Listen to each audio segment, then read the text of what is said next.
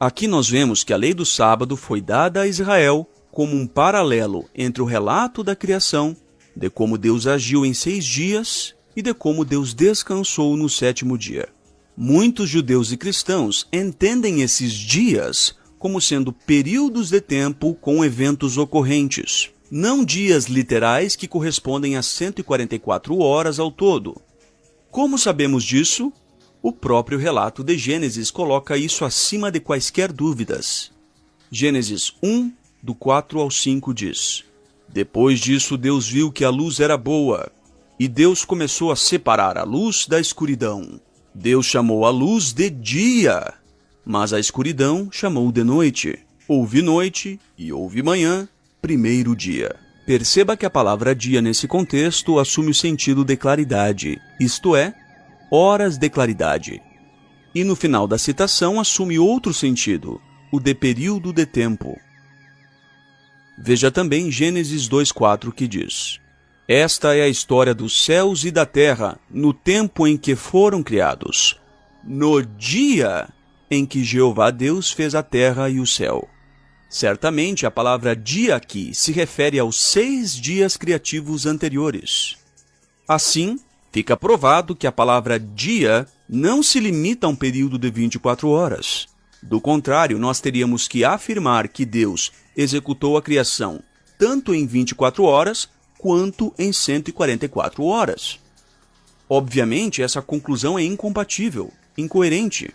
A única explicação razoável é de que a palavra dia é um termo genérico, que se refere a eventos relacionados que ocorrem durante um determinado tempo.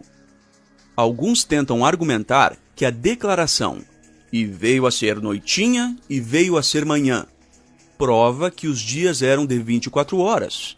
Mas isso não faz sentido nenhum. Por que não? Porque esta declaração não é feita em relação ao 7º dia. Assim, é lógico que se conclua que nós ainda estamos vivendo no último dia, ou no sábado. E o próprio escritor de Hebreus pensava isso. Veja Hebreus 4, do 1 ao 10, que diz em resumo: Porque em certa passagem ele disse o seguinte sobre o 7º dia: E Deus descansou no 7º dia de todas as suas obras. Ele determina novamente um dia, por dizer hoje, muito tempo depois. Assim, vemos claramente que o sábado da criação não é um período literal de 24 horas.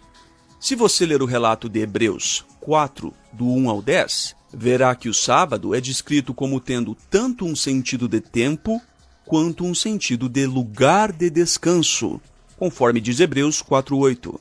Há muito tempo, vários estudiosos têm apontado para o relato criativo de Gênesis como contendo, sim, elementos literais e simbólicos. Um exemplo disso é o versátil apologista William Lane Craig, o qual levantou um ponto bem interessante. For example, some aspects of the narrative are not taken literally, such as the creation of the sun on the 4th day in Genesis 1. Very typically, young earthers will not embrace the view that there was plant life and life on earth prior to God's creation of the sun. Rather, the creation of the sun on the 4th day is interpreted to mean something like the sun appeared on that day, that it came.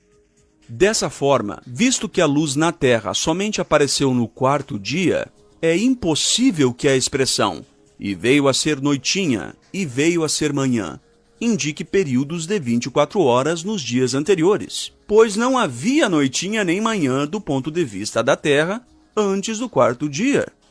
Talvez existisse luz solar, mas esta não chegava à Terra.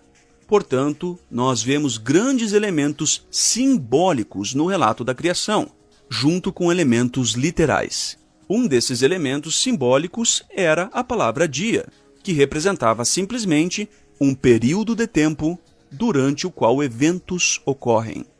A comparação entre os dias criativos e os dias humanos, feita em Êxodo 20, do 8 ao 11, é apenas um paralelo, uma cópia em miniatura da semana criativa de Deus, que não necessariamente visa a exatidão literal de minuto por minuto, nem de hora por hora. O propósito dessa analogia é claro. Esse era um dia para que toda a nação de Israel parasse para pensar e meditar em assuntos espirituais, tais como a criação de Deus.